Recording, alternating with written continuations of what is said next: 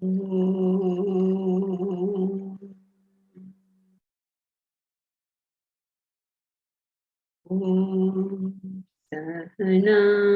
bhavatu sahanau punatu saha viryam karavavahai tejasvinavadhitamastu ma vidvishavahai. Om Shanti Shanti Shanti.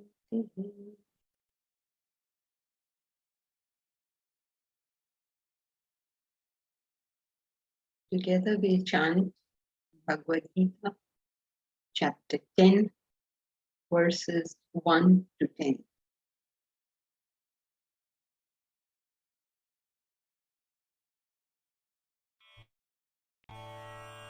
ॐ अथ दशमोऽध्यायः श्रीभगवानुवाच भूय एव महाबाहो शृणु मे परमं वचः यत्तेऽहं प्रीयमाणाय वक्ष्यामि हितकाम्यया न मे विदुः सुरगणाः प्रभवं न महर्षयः अहमादिर्हि देवानां महर्षीणां च सर्वशः यो मामजमनादिं च वेत्ति लोकमहेश्वरम् असम्मूढः समर्थ्येषु सर्वपापैः प्रमुच्यते बुद्धिर्ज्ञानमसम्मोहः क्षमा सत्यं दमः शमः सुखं दुःखं भवो भावः भयं चाभयमेव च अहिंसा समता तुष्टिः तपोदानं यशो यशः भवन्ति भावा भूतानां मत्त एव पृथग्विधाः महर्षयः सप्त पूर्वे चत्वारो मनवस्तथा मद्भावा मानसा जाताः येषां लोक इमाः प्रजाः एतां विभूतिं योगं च मम यो वेत्ति तत्त्वतः सोऽविकम्पेन योगेन युज्यते नात्र संशयः अहं सर्वस्य प्रभवः मत्तः सर्वं प्रवर्तते इति मत्वा भजन्ते मां बुधा भावसमन्विताः मच्चित्ता मद्गतप्राणाः बोधयन्तः परस्परम् कथयन्तश्च मां नित्यं तुष्यन्ति च रमन्ति च तेषां सततयुक्तानां भजतां प्रीतिपूर्वकं ददामि बुद्धियोगं तं येन मामुपयान्ति ते।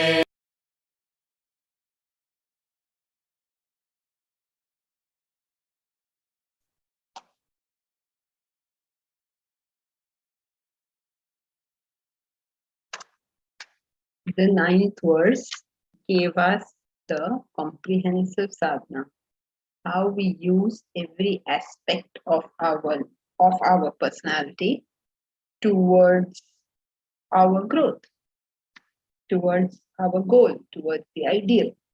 Everything about us must be geared towards it. If every aspect of our personality is not geared towards it, then you're not going to get it. It's that simple. Every achiever in this world has to have everything geared towards that goal. And if you look at in the life of any top achiever, they will not entertain anything that has got nothing to do with their goal. Everything is just in one direction. And that's how you become an achiever. If every day you go in a different direction, you won't really achieve anything. Then decide what you want and how you're going to direct every aspect of your personality towards that thing, whatever you have chosen for yourself. So here is given a comprehensive sadhana. So basically we know it. It is the 3 yogas. And then with that you reach withdrawal, you reach happiness, a state of mental beatitude. And from there you do meditation. And then from meditation, you realize the self. This is the entire spiritual path. There is nothing else. I mean, everything is contained within this much. So, Matchitta. Chitta, mind. Matchitta, the mind in mind is resting in the self, is resting in that goal. Because that is what the mind wants. Madkata prana. All the senses I directed to it. All the senses means what are you hearing? What are you seeing? What kind of pictures do you have put up in your room? Do you have a picture that reminds you of your goal? Or do you have a picture that reminds you of something else altogether? What is it that you are seeing? When you see television programs or movies or YouTube or Netflix or whatever in the world you see, how is it helping you reach your goal? How does it remind you of your goal? Whatever you hear, is it reminding you of your goal? Whatever you smell, whatever you touch, you say, how is my smell supposed to remind me? Remember, if you smell anai, you get a certain thought association. If you smell agarbatti, you get another kind of thought association. What are you smelling? What are you eating? What are you drinking? Every aspect of life means all your senses are direct to it. Are you eating your dinner at night in such a way that you can get up early morning to study? You see how every single thing you can associate with your goal. So that doesn't mean, oh my God, I don't need to eat dinner because I want to realize the self. No, not like that. What it means is, whatever you're doing, understand its relationship with your goal. Bodhayanta parasparam, educating one another. To stay in the right company. That's why we keep having group discussion, retreat, residential program, Bodhayanta parasparam. You live with your classmates. You live with people who are with the same. Live means you spend some time with people who share these ideas and values. And then you can learn from the peer group, from anybody really. You can learn even from people who know less than you. Learning is a constant thing. So bodhayanta parasparam. Kathayantascha mam nityam. Always speaking about me. Doesn't mean you keep boring everybody with a lecture on Vedanta. Some people, Bapre, anything you tell them, they'll take off on Vedanta. Oh, you must use your intellect. Oh, you must do this. Oh, you must do that. Oh, you must not be result oriented. Relax. Let people live their lives. You don't have to give a running commentary. If you really did these things yourself, you would find no reason to go around telling people to do it. Why not? It's very difficult to do them. Yeah.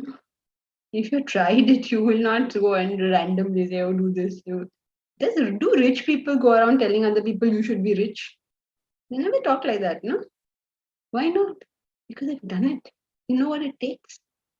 It's not like, like you just tell everyone, be rich and they'll be rich. Another very funny thing, there was a treatment I was once undergoing, and that person used to give me the treatment. She used to say, Acha, ab aap so jao. This is a very nice thing. Abhi so jao. Like literally. Can you instruct somebody to go to sleep like that? She would tell everybody, Abhi so jao. And what is she doing when she is telling us so jao? She's poking you and hurting you. Basically, you're in pain. And she's saying, Abhi aap so jao. So jao, kaise so jao? And that always seems to me a very good representation of what we do with spiritual knowledge. We go around hurting everybody and then we say, you relax, you don't get upset. But why are you hurting me in the first place? So this is the behavior of the spiritually immature. The spiritual immature are always in, not that lady, okay, that poor lady was curing us, but just that thing of how she used to say, Abhi, she knew that we were going to be in pain. So she would say, Abhi, socha. Hey, how can I? You're about to hurt me, you're poking me, and it's going to cause me a lot of pain. And saying, sleep, how is it possible? So just like that, okay, just that little incident. Now, she was a very nice lady and she did great work. But the thing is that that's how we behave in life, isn't it? We cause people trouble and then you tell them you're getting agitated.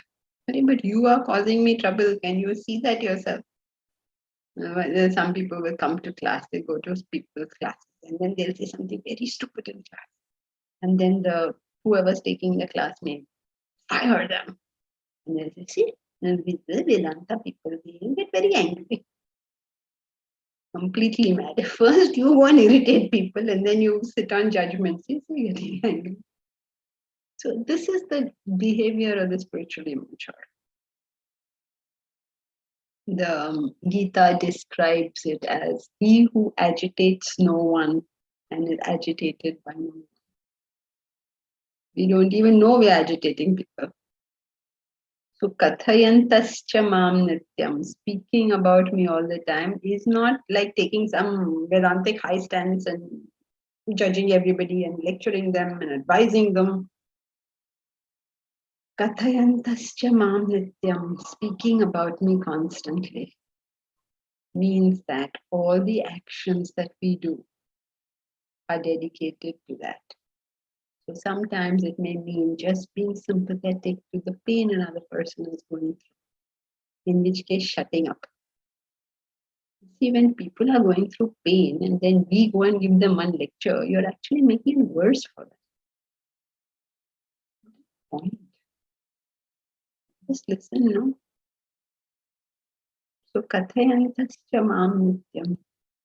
When you say kathayanta means to speak. Speak means what? Is it what you do from here? No. It is the style of the Shastras to talk of any one organ to represent them all. So when you speak of speaking, speaking is used as a representative for all the organs of action. So kathayantascha mam nityam, speaking of me constantly, means all actions are dedicated to that final goal. Somebody is complaining to you about somebody or something. What can you do that will take you to your goal? Wouldn't it be, how much can I identify with this person's pain and be a support to that person? Isn't that going to purify us? How is it going to purify us by sitting in judgment? You shouldn't feel like this. Very irritating. Now, when people do it to us, we get very irritated, but we are happy to do it to others.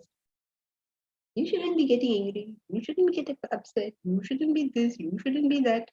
What about you should be a little more sensitive? So all this judgment can be reserved for ourselves.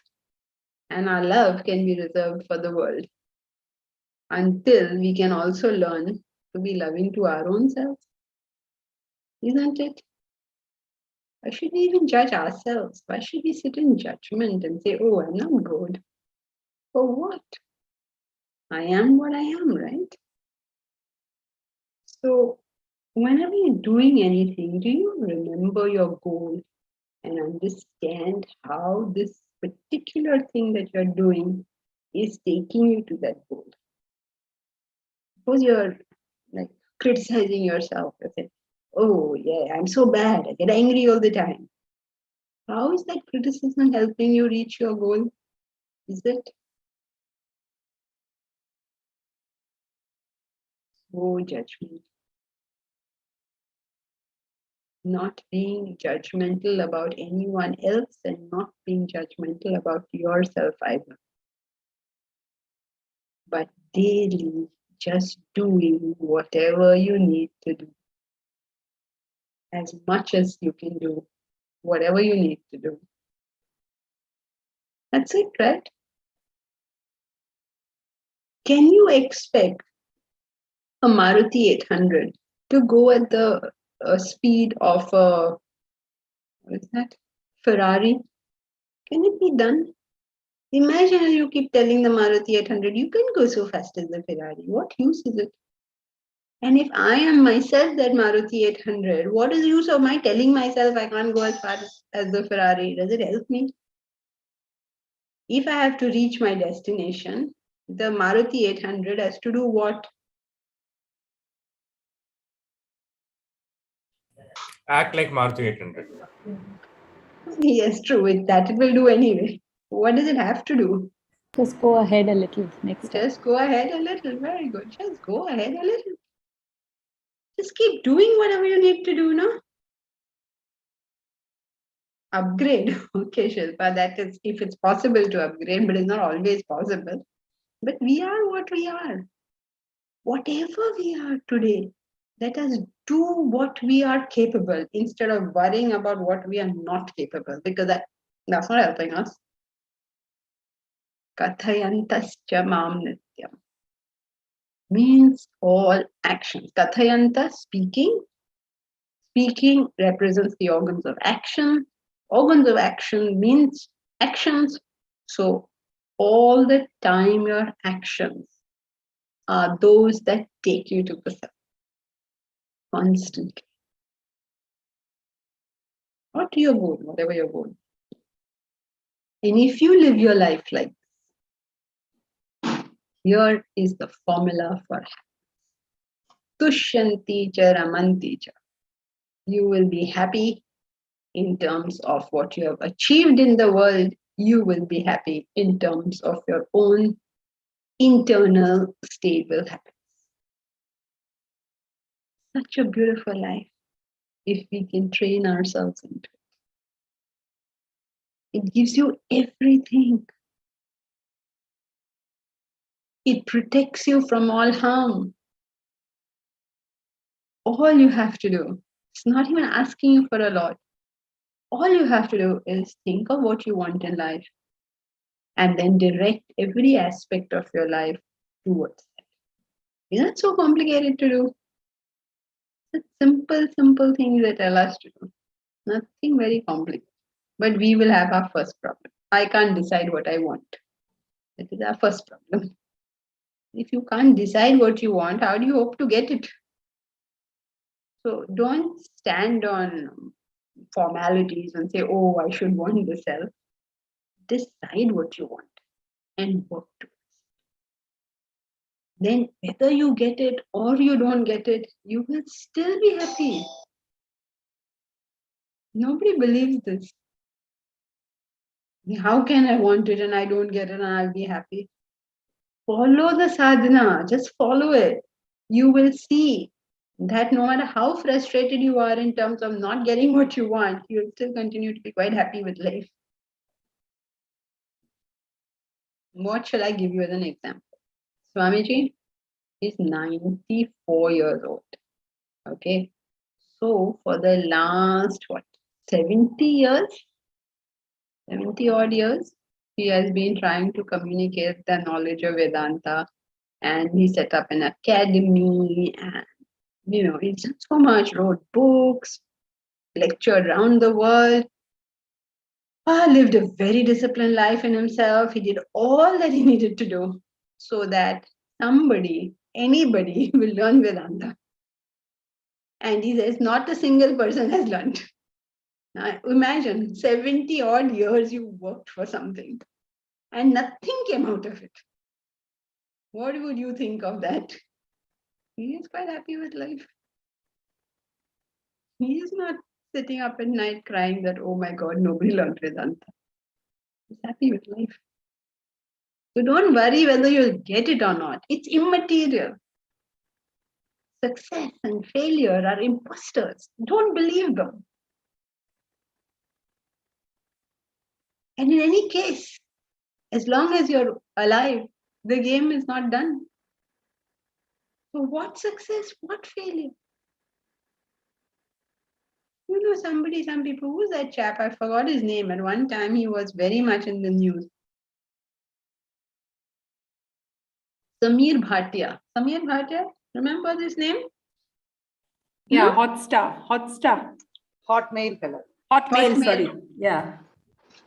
Hotmail. Remember Hotmail guy? He was this Indian guy who I think sold Hotmail to Microsoft for 500 crores. Remember 500 crores or some fabulous amount, you know, these numbers they keep throwing at us, difficult to remember. And this was like what? How many years ago? 20 years ago? 25 years ago?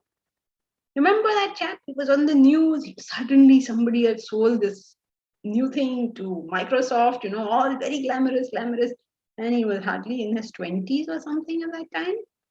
And he was a young fellow. I don't know how old he was, but he looked very young.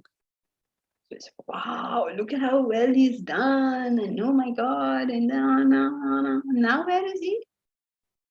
Oh, you don't know. We don't even know whether he's there or not. Gone. So what is success and what is failure? Grandma Moses became a very famous painter, and she picked up her first paintbrush at the age of 84. 84. She learned painting and then became one of the most famous painters of America. So until it's over, it's not over. So what success, what failure are we talking about?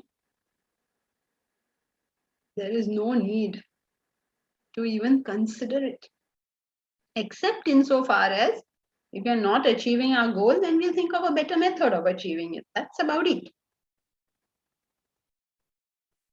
So if you have a goal, if you have a higher goal, if you're able to, if your mind wants it, if you surround yourself with those perceptions that remind you of it, if you stay in the company of people who you can discuss that with, you know, good company that helps you move in that direction, if all your actions are dedicated to it, constant, nityam, tushyanti cha ramanti cha, you will be rejoicing. In every way, you will be rejoicing. You will find life just way too much fun. But karo na. What is the use of talking? Karo. Fir dekho. Okay, any questions with reference to verse 9?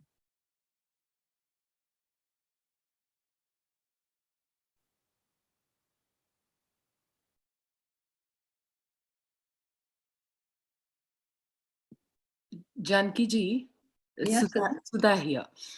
Sometimes I really feel bad. Certain things are not happening to me. But eventually I realize it is not happening because at that point of time, it is not right for me. So now I've learned to see the bigger picture, and whatever's happening to me right now is for my growth, and it's teaching me to be more patient, wait, without any attachment. It may come, it may not come. But I have come in terms with that, situation in life. And thanks to Vedanta and thanks to you, Janki ji.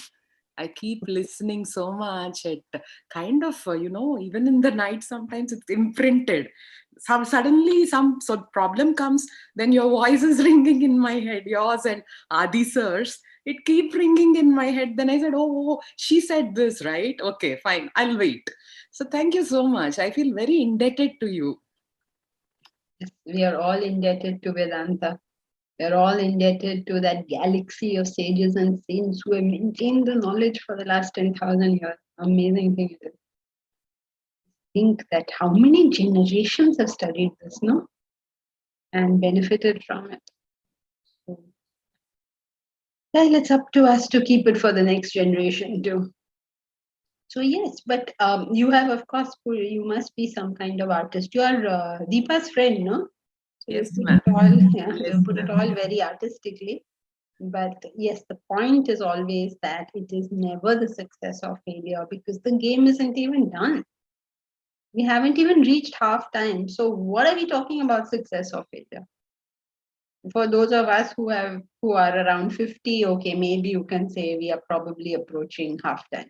But do we even know this? Like by the time we become 100, for instance, another 50 years, these guys may have discovered how to keep us alive till 200 years. That means 100 years will become our half time. So how do we know anything? And if we don't even know, then what are we having so much reaction about? It's a whole pointless game it is. So you're right, Sudha. There's no point reacting to any of this because we really don't know. We don't know what tomorrow holds. We don't know what the next minute holds. So now whether whatever happened was good or bad, only the future is going to let me know. My job is Keep Keep going. keep going, just keep going, keep not working. giving up. Just keep working. And then know how long am I going to keep working? It's a very simple test whether you should work or not. Take your finger, put it here. Can you feel? If you can feel anything, then keep working. When the day you put it and you can't feel anything, you can stop. Okay, so a very simple test it is. No problems. Vedanta, everything is quite clear. So if you're alive, work. If you're not alive, relax. Simple thing. Those of us who are alive, just keep going. Never mind what is going on. Okay, all clear up to this point. Jatin, clear? Who else? Anybody is new today and they're completely lost? Every time we must see whether there's anyone new. Dhruba Garg, is this a new name? Are you okay, Dhruba?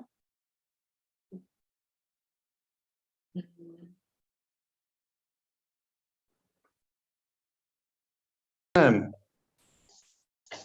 Sorry, I think everybody else signed. ma'am, No? yeah, I am new, yeah, ma'am. Yeah, okay. Are you okay, Dhruba? I mean, is it clear?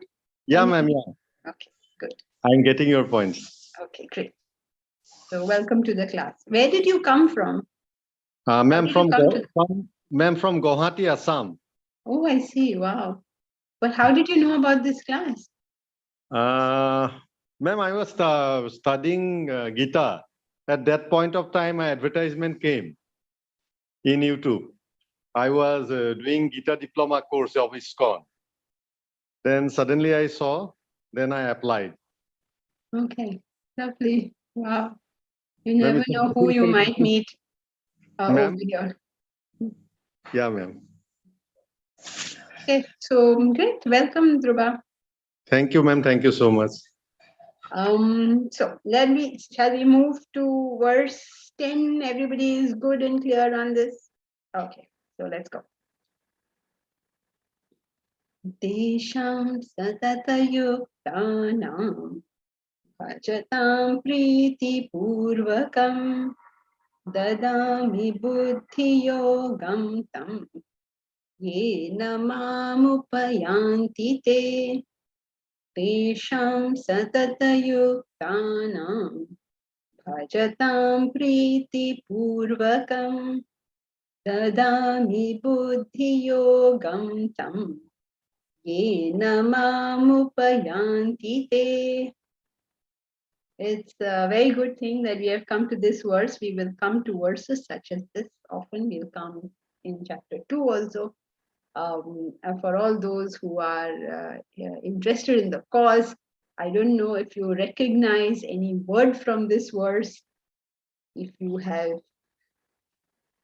been taking part in all our various activities, and as most of you, I can see the fact that I know most names.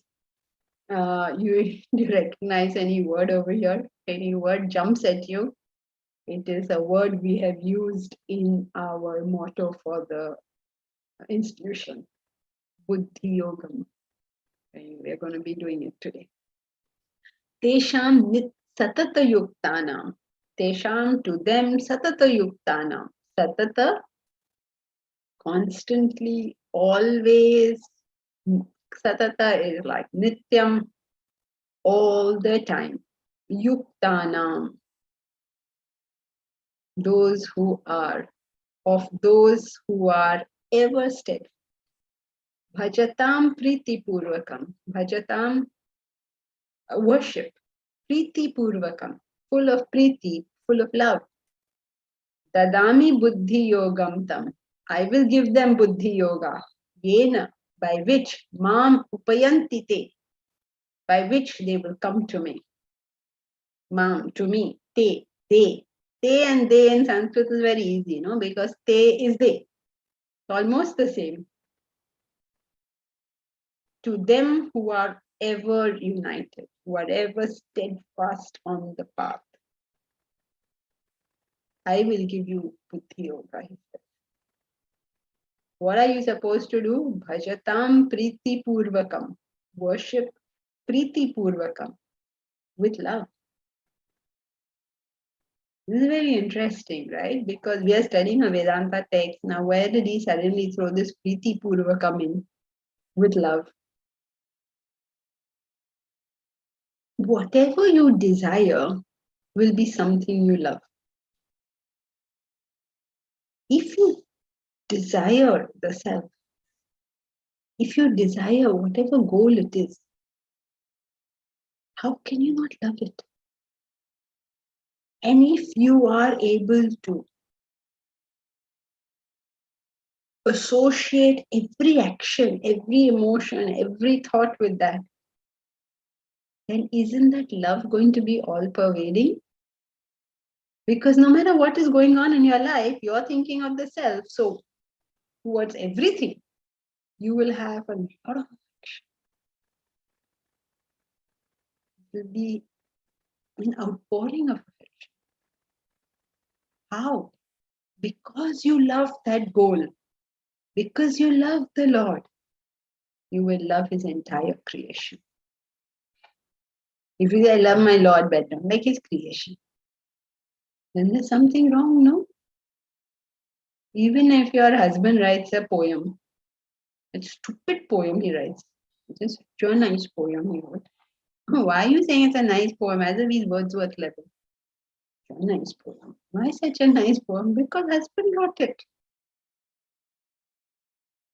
Otherwise, no, anybody else writing that poems are boring, stupid. I don't even like to read poetry. But he wrote you a poem for Valentine's Day. Oh my God, how you will preserve it? And what did he write? I love you. The day is new. I hope our love continues to. Something, okay, I just made this up. And something else. Oh, why all this? Why? What is this Priti Purvakam nonsense words just string together? Has been wrote. So if you say you love the Lord, how can you not love His creation? You say, I don't believe in a creator. I don't believe God created the world. Okay. Then you believe in the all-pervading nature of Brahman. Then how can you not love Him when you see Him? Whichever way you go, you can't escape this, okay? You can claim anything. You can say, I claim in creator, you can claim not creator, whatever in the world you claim. You cannot escape that love. You can say, I'm an atheist. There are many things that claim atheism. Okay, fine. So then you see there's a reality here. Why don't you love it? What reason is there not to love? So bhajatam. Bhajatam means what? Everybody knows bhajatam. Bhajatam means worship. So what does bhajatam mean? Pursuit. To Pursue. Pursue. See how everybody in the class now knows everything. Very good. Once everybody can answer all the questions, we can close the class. Because now everybody knows. And now why are we doing the class? Correct. Worship means to pursue. I worship Lakshmi means I pursue Lakshmi. I worship Saraswati means I pursue Saraswati. Means I pursue knowledge. I worship Hanuman. Who are the people who worship Hanuman? Have you seen Hanuman is worshipped where maximum? People like me, Janki ji. Yes, correct. In the akhadas. You've seen akhada? They will have. Palwan guys. Huh? Palwan. Yeah, those guys. All Hanuman is over there. They're worshipping Hanuman means that's what they're pursuing. Now the akhadas have gone and gyms have come. So in the gyms, you will see, in most of the gyms, you'll see these pictures. They're worshipping those pictures. Oh, look at that chap. And then some picture there will be of, I don't know, some fellow lifting, I don't know what, 200 kgs or something. Like Bharat. He's lifted 200 or 300. I don't know how much. Bharat, how much do you lift? 200, 300? I don't even know these figures. No, reaching 200. Reaching what? 200. Reaching 200. See, Bharat will lift 200 like that. Bapre. You don't, any of you guys act funny with him, okay? He'll just lift you up like that. Assuming that you're less than 200, of course. If you're more than 200, then he loses his power. But you're less than 200, I think. 200 kg, he lifts like that. Don't act funny with us, okay? We have Bharat on our side. Anyone acting funny, we've got Bharat on our side.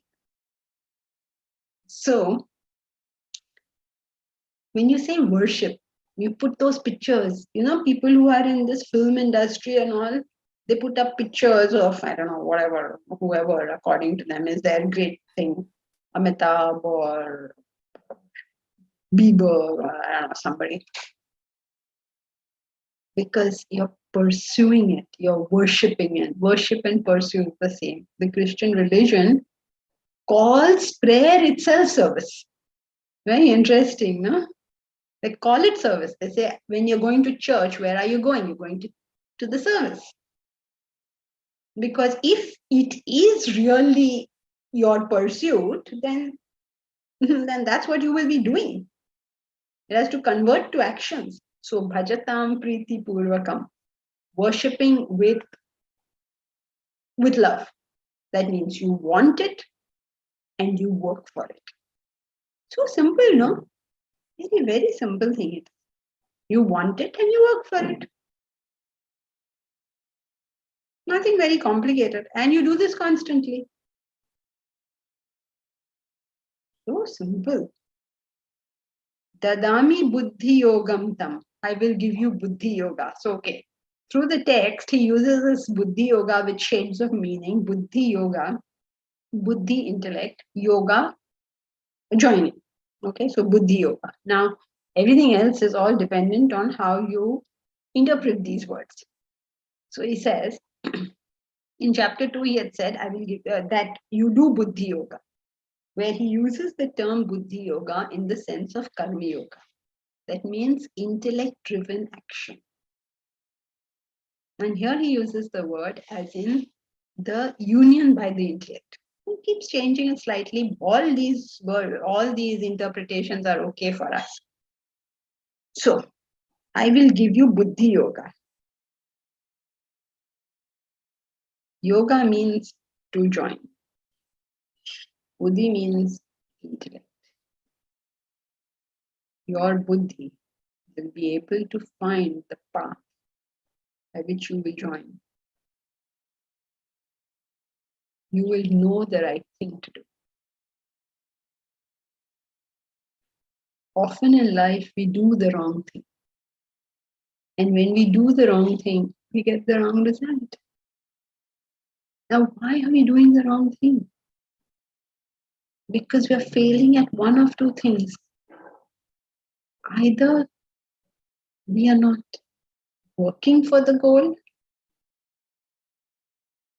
or we don't want the goal. One of these two things are happening. Some of us want the goal, but we are not working. Some of us are working, but they are not clear about what the goal is. So, if you want the goal and you're working for it, your path will open out. Don't worry about it. And this is, I will give you Buddhi Yoga. Your path will open out. What you should be doing will become clear to you. Do what you know, and then eventually you will get to know more. If you're in second standard, do second standard very well, and you will reach third standard. You don't worry about third standard, you worry about second standard. Just do your bit. The path will keep opening up as we go further. Sita sat in Ashoka Vanam, sat there, and refused to associate with Ravana and refused to go into that palace. Don't worry, Hanuman will come. He'll come and he'll drop that ring of Rama's, and you will know that you're on the right track. That confidence. Yes, I'm doing the right thing. So don't worry about it. If it feels dark at the moment, don't worry. Remember, Sita sat in Ashoka Vanam for a long time before Hanuman came and told her, Rama knows Rama is coming. Don't say, okay, yesterday I got up in the morning and studied, I still don't know anything. It's there. It will open up. And when it opens up, you will reach me, says the Lord. You will reach self-realization. The path will keep opening up. Don't worry about it. Just do your bit. Only problem you can have with this verse is that why is he saying, I will, I will? What do you mean, I will? Think about it. What is he doing? You have to work. You have to have a goal. You have to work. Simple. And as you keep doing this, your path will open up. In the sense, your buddhi will develop and you will be able to see further. What is he doing? Unnecessarily taking all the credit, making us do the work and you take the credit. Very nice this is. So what is all this going on here? So you understand. Dadami, I will give you. What do you mean you will give? If I do this, you cannot stop me from having it. If I do the cause, nobody can stop the effect from coming. What is he going to do? Think about it. What keeps you going on the path? You know, when you do the right things, what happens? Your life gets filled with happiness and enthusiasm and cheer. It feels very good, isn't it? And then you do more right things, and then you feel better, and that pushes you on the journey. So what is pushing you on this journey is that happiness that is unfolding within yourself. Now, when will you stop this? Will you stop it at any time? I'm assuming you're keeping with the first two things. No, you keep going. So what is really pulling you is that thirst for infinite happiness. So that thirst pulls us. And what is the state of infinite happiness? The self. So who's pulling us? He is pulling us. So he's not tricking us or anything. What he's saying is true. He's not pulling a fast one on us. Otherwise it seems no like that. Nicely, make me do all the work and you take the credit. What nonsense. At least you say you'll do the work for me, I can understand. But what is getting us there is that infinite happiness. So that is the pull that will keep pulling us. And the moment you turn away, agitations will start. That you must have noticed, right? You turn away from the path, agitations will start. So you have a carrot and stick approach going on over here. The more you get involved in the world, the more you get enthralled with some rubbish, the more problems you create for yourself. Nonsense things you pick up and get excited about them. They're nonsense things. They will behave like nonsense things.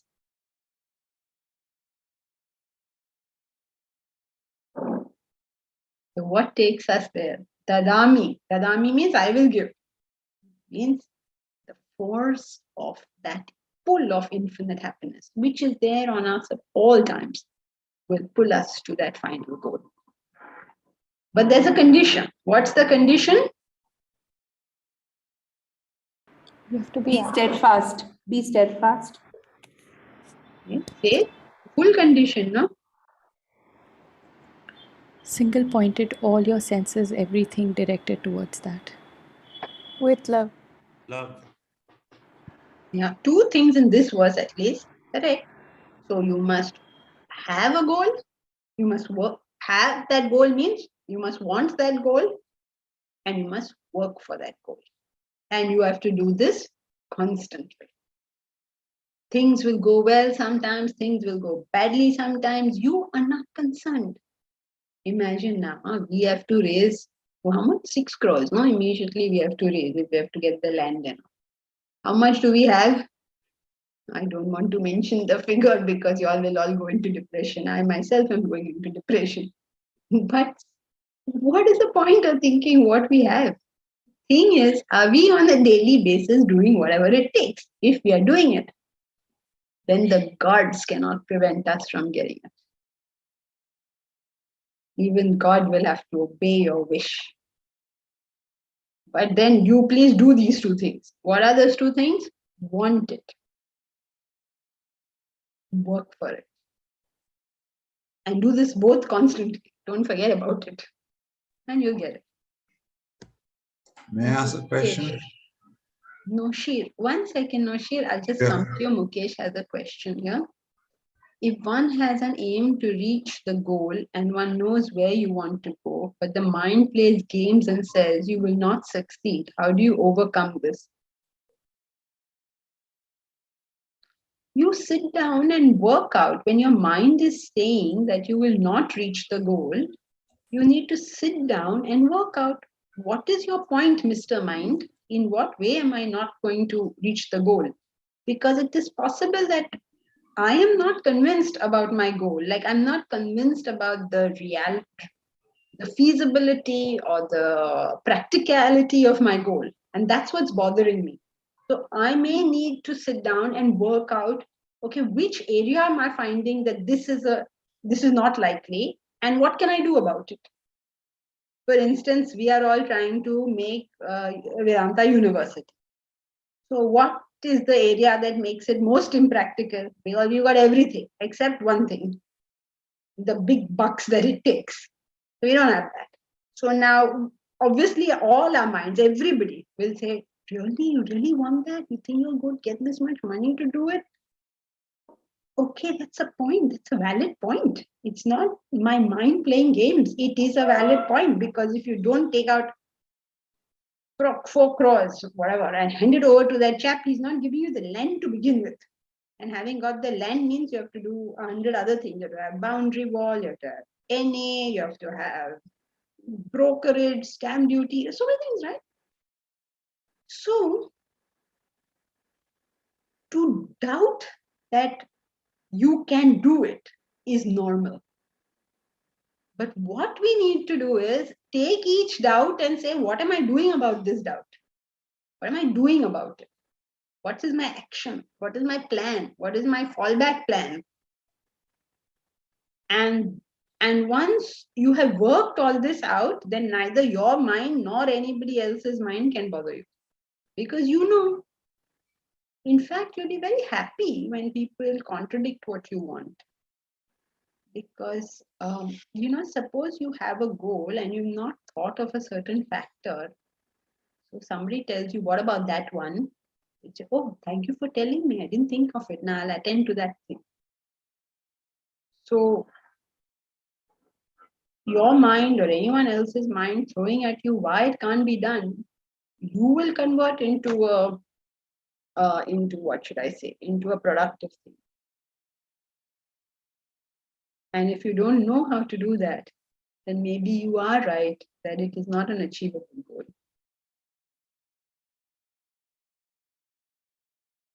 It's exactly, what do? Do you run a business? What is your work? What is your work? Do you run a business? No, I'm a pharmacist. I work for a multiple.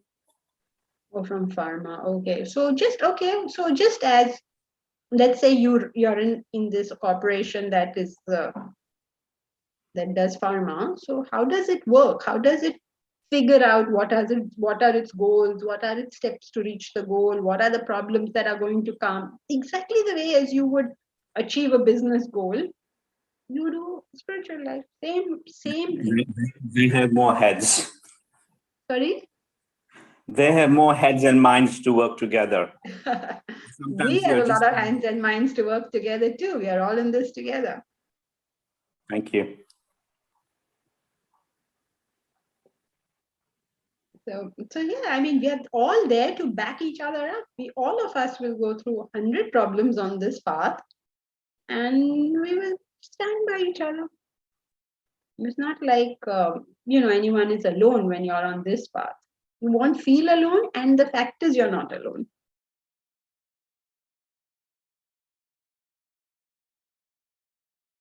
Okay, you're okay?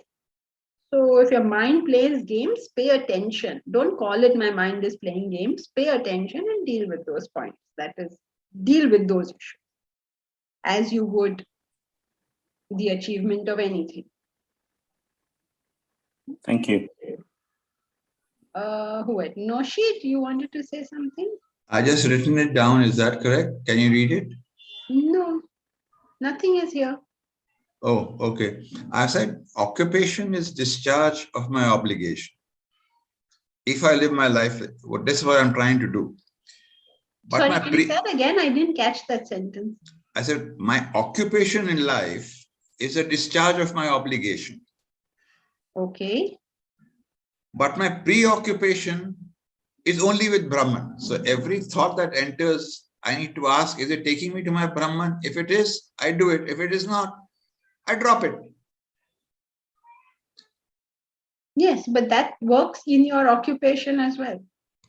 Yes, because but my problem is this, that you see, in the hierarchy of things, I am the lowest. I is a small I.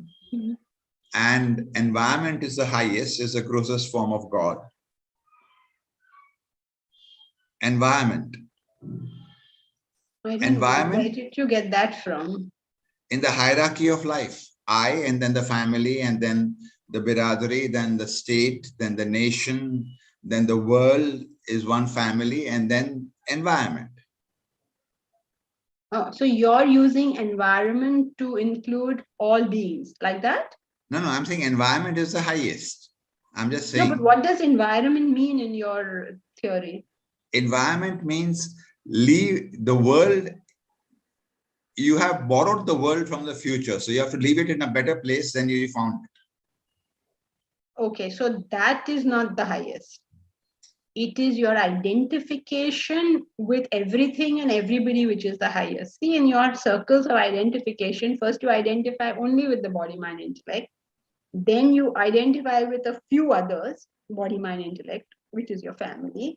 Then you do with your, what did you say, biradri, and with your whatever, nation, and then with all humans, until you are able to conclude everybody. All beings, including plants and everything. Now my problem is that temperamentally, I'm an aggressive person. All right.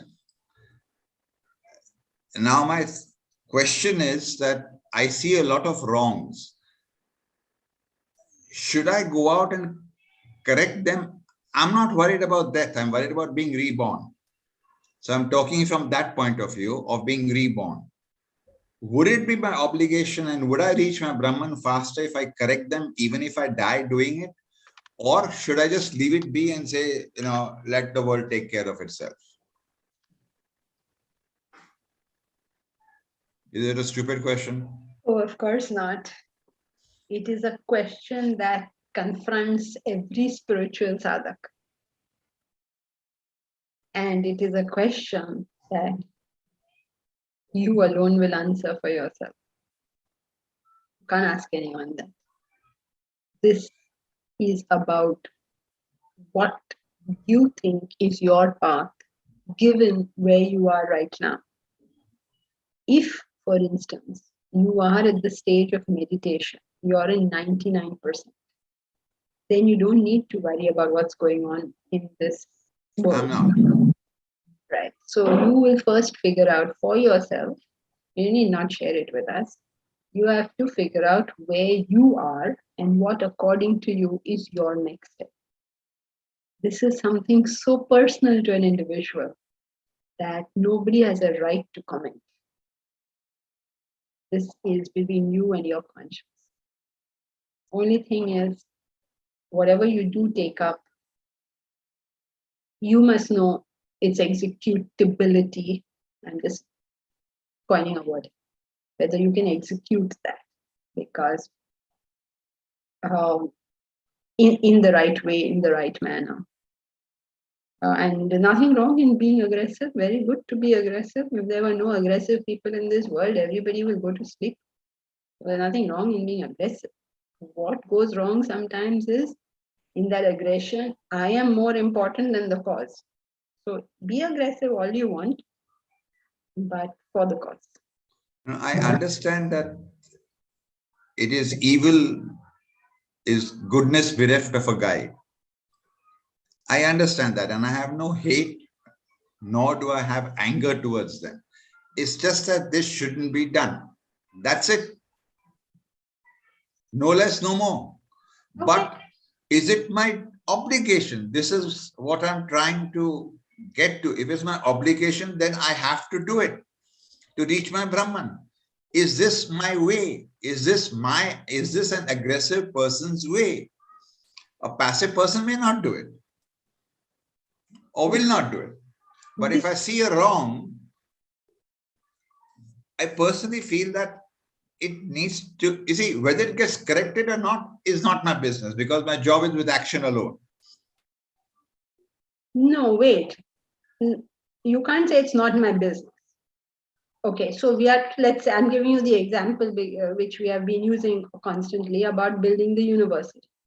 We have chosen that we will build a single domain Vedanta university. Now we cannot say it's not my business whether it gets built or not. People say, matter what? Here we have donated to you and you're saying it's not your business. No, it is my business. I do my best. It's not enough to do your best. You have to make sure the goal is achieved. And you do what it takes to make sure the goal is achieved. But because you will have to work like that, you will have to choose what you want. You'll have to choose what, according to you, is worth working for. You cannot, it's not possible, it's not humanly possible to correct every wrong. So you will have to think for yourself very carefully, what is the maximum service I can do? And then go with that. And go with it means, run with it means, you will, either that goal is achieved or you are dead. One of these two things have to happen. Yes. So you're just telling me what I learned from you is to narrow the field of effort. Because you're going to have to work for anything. Even if it's a simple thing like cleaning our streets. Nashir, you're in Mumbai. I'm assuming you're Parsi, so you're high possibility of being in Mumbai. So no, I can be in Surat as well. Yes, okay. So you just our streets. Every time you walk on the streets, like, oh my God, why do we live in this mess? And Mumbai is more than capable of keeping it clean, because look at our airport road. As you drive into the airport, you feel like you've gone into international skies already. And yet this place is like, I don't know what do you call it? How can we live like this? And yet we do. Now, shall we take up this cause? And if you do take up this cause, then you work on it until the whole city is like the airport road. You people have all seen the Mumbai airport road, the road that goes into the airport. Amazing thing. Not nowhere else is it like that over here. So, Okay, I've got it. Got it, right? Okay. So, Prahlad, are you okay too? Yes, a bit. It's a confusing question. Easy questions. Yes, These are not that's easy true. questions. These are human questions that people have to Exactly. work on and find out the answer for ourselves. You can Yes. be helped, you can be guided, but the job is yours. The buck stops with that individual. And if you don't take the responsibility, hey, nobody else is taking it for you. Do it yourself or it doesn't get done. Very simple thing in life. So that's it. Oh, I have to tell you, Bharat has messaged next Thursday to Sunday, we are doing our annual Bhagavad Gita lectures. Sushila ji takes them every year and this year too. This is an annual event we have. And so obviously none of our regular classes will be on. As ever, whenever there's a public event, then our regular classes are not held.